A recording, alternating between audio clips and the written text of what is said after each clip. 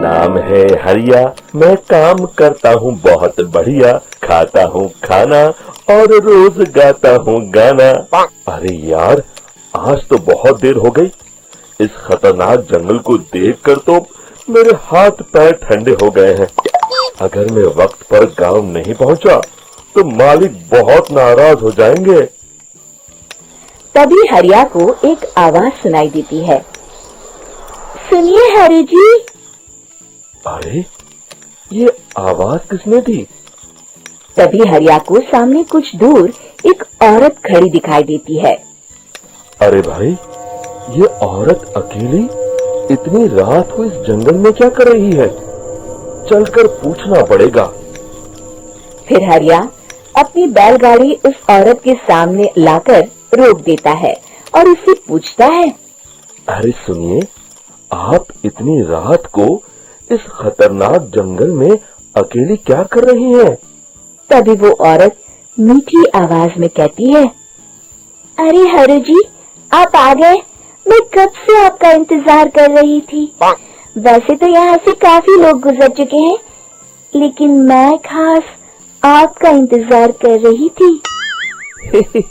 अच्छा, तुम सच कह रही हो? मुझे तो यकीन नहीं हो रहा है। वो क्या है ना, आज तक किसी ने मुझसे इतने प्यार से बात नहीं की। हाँ हाँ हरि जी, मैं सच कह रही हूँ। अब देर मत करिए और जल्दी से मुझे मेरे घर तक छोड़ दीजिए। हाँ हाँ, कौन सी बड़ी बात है, अभी छोड़ देता हूँ। आप मेरे पीछे बैलगाड़ी में बैठ जाइए और मुझे रास्ता बताते चलिए। फिर वो औरत हरिया की बैलगाड़ी में बैठ जाती है और हरिया बैलगाड़ी हाँकता हुआ आगे चल पड़ता है।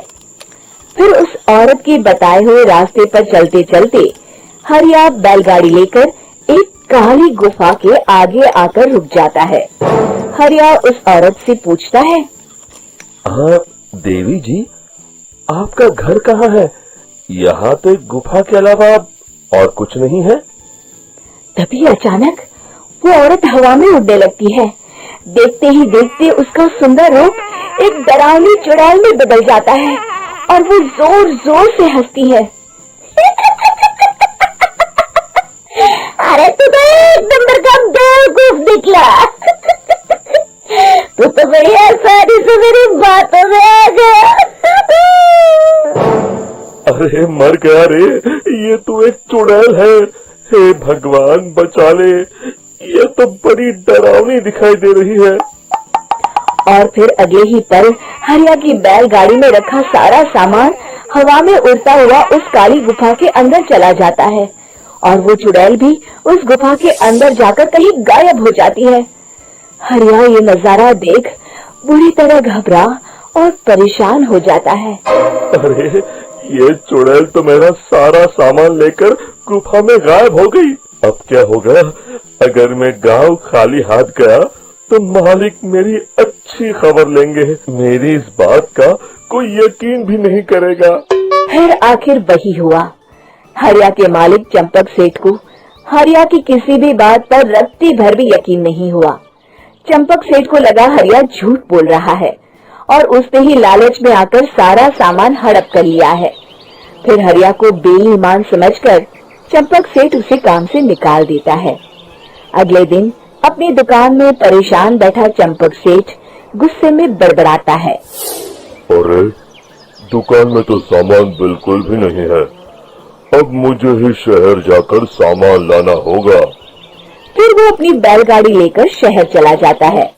शहर से सामान लेकर जब चंपक सेठ वापस गांव लौट रहा होता है, तभी उसे एक आवाज सुनाई देती है। चंपक जी, ओ चंपक जी। अरे, ये तो कोई मेरा नाम लेकर मुझे पुकार रहा है। फिर उस रास्ते में वही औरत खड़ी दिखाई देती है।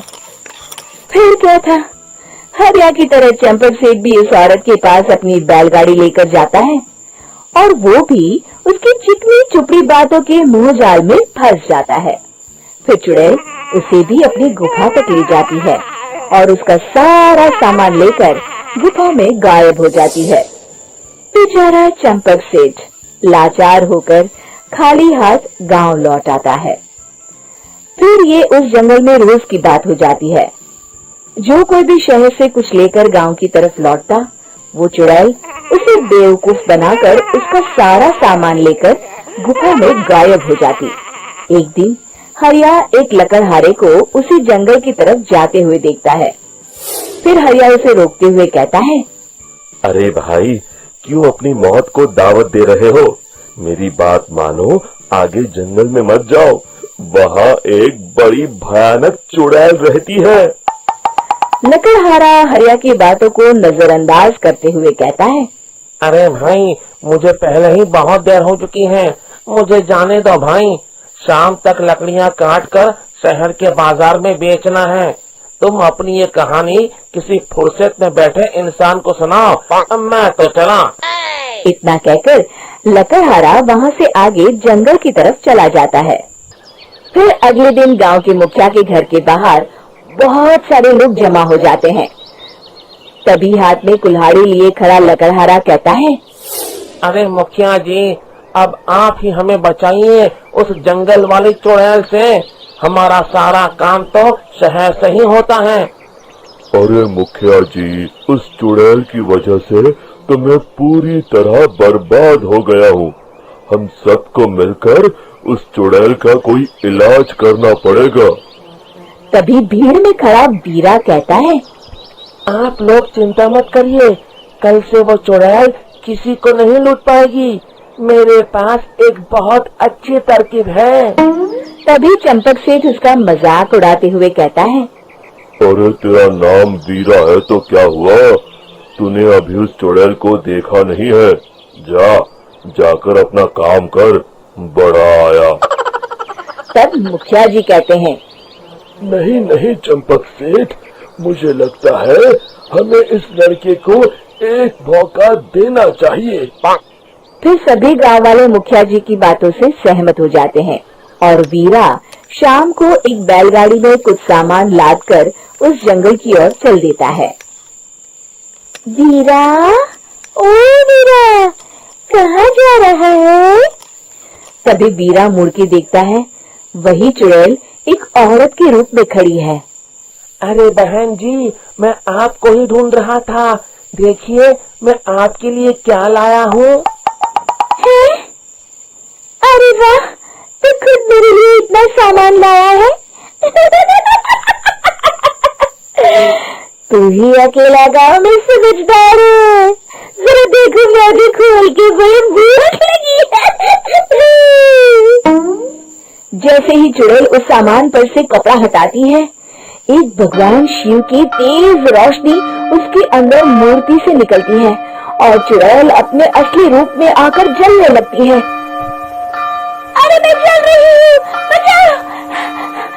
बचाओ! ओम नमः शिवाय, मर गई।